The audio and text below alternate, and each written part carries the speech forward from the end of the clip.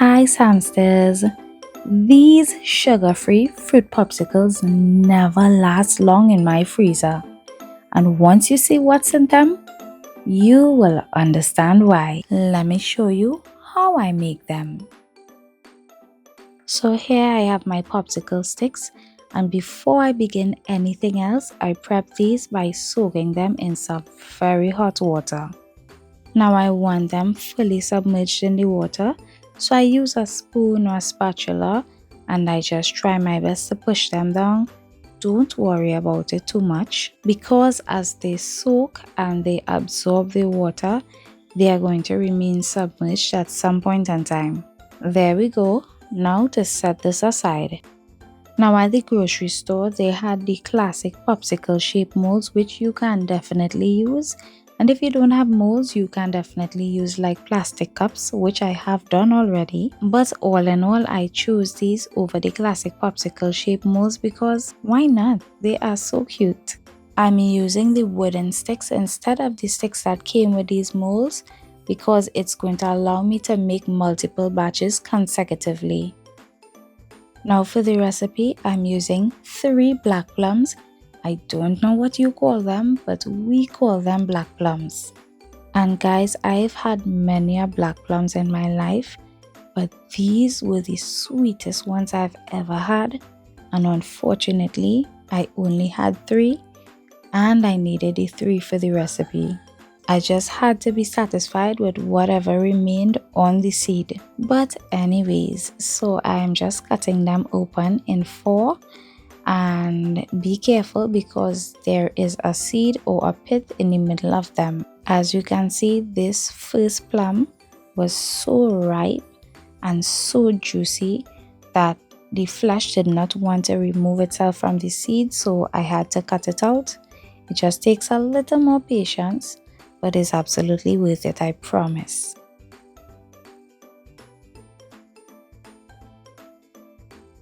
Nicely, there we go, and that seed was my own for the taking.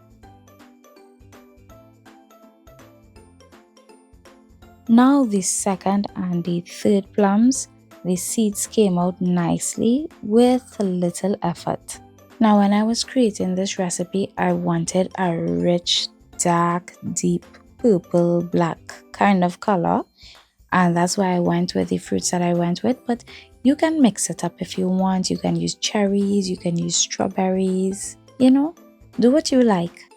So the hardest part is done. Let's put everything else together.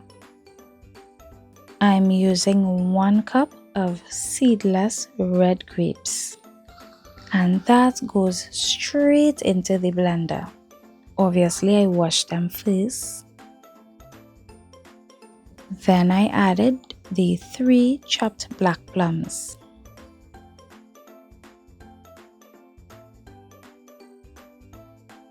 Now I'm gonna add a cup of frozen blueberries. Now, if you have fresh blueberries, you can definitely use that, but I have easier access to frozen blueberries, so that is what I'm gonna use. I'm using some peach juice here, and if you can't find peach juice, you can definitely use apple juice or whatever you can find. But I was looking for a juice that had no added sugar and very little ingredients as possible.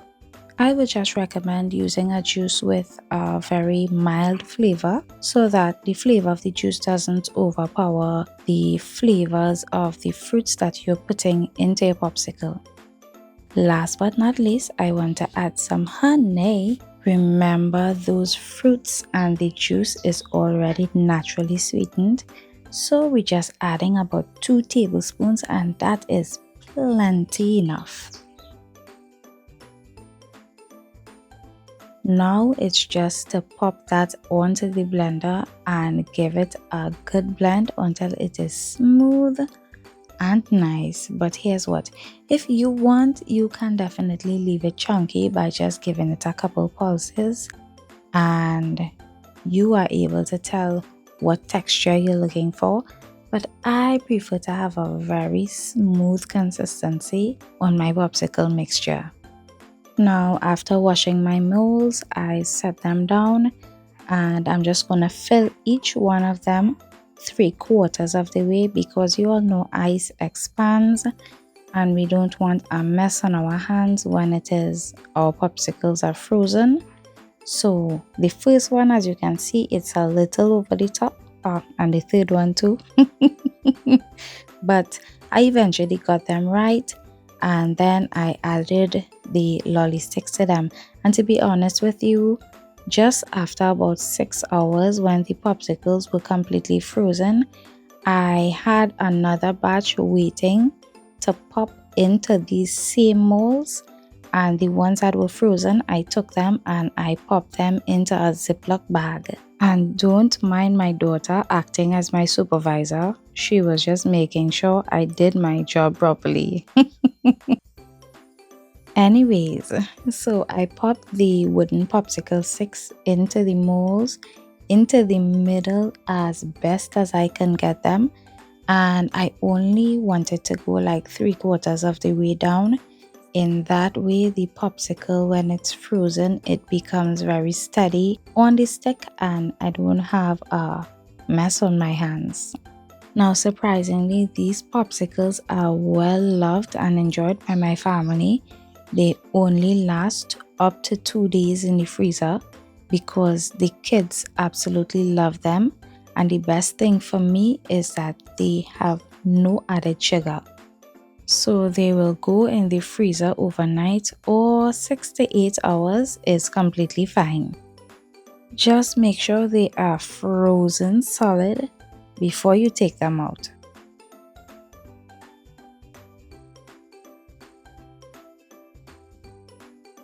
Now, if you want my strawberry popsicle recipe, let me take you through the steps. Go to samanthasteel.com, scroll down that lovely page and go to tricks and treats. You'll scroll down and there you'll see strawberry popsicle. You click on it and there is the recipe. But here is the bonus. You can download the recipe for free. So you're going to scroll all the way down to the bottom of the recipe and click to download the recipe.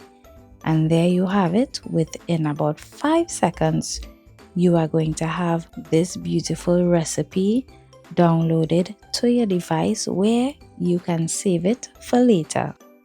Give the recipe a try. You don't need any fancy popsicle molds. Just use some little cups or maybe even an ice tray. I've definitely tried all of it before and it works, I promise. Anyways, thanks for sticking around till the end of the video, and I hope you are subscribed so you don't miss anything I post over here. I hope you are well and I will see you soon. Enjoy!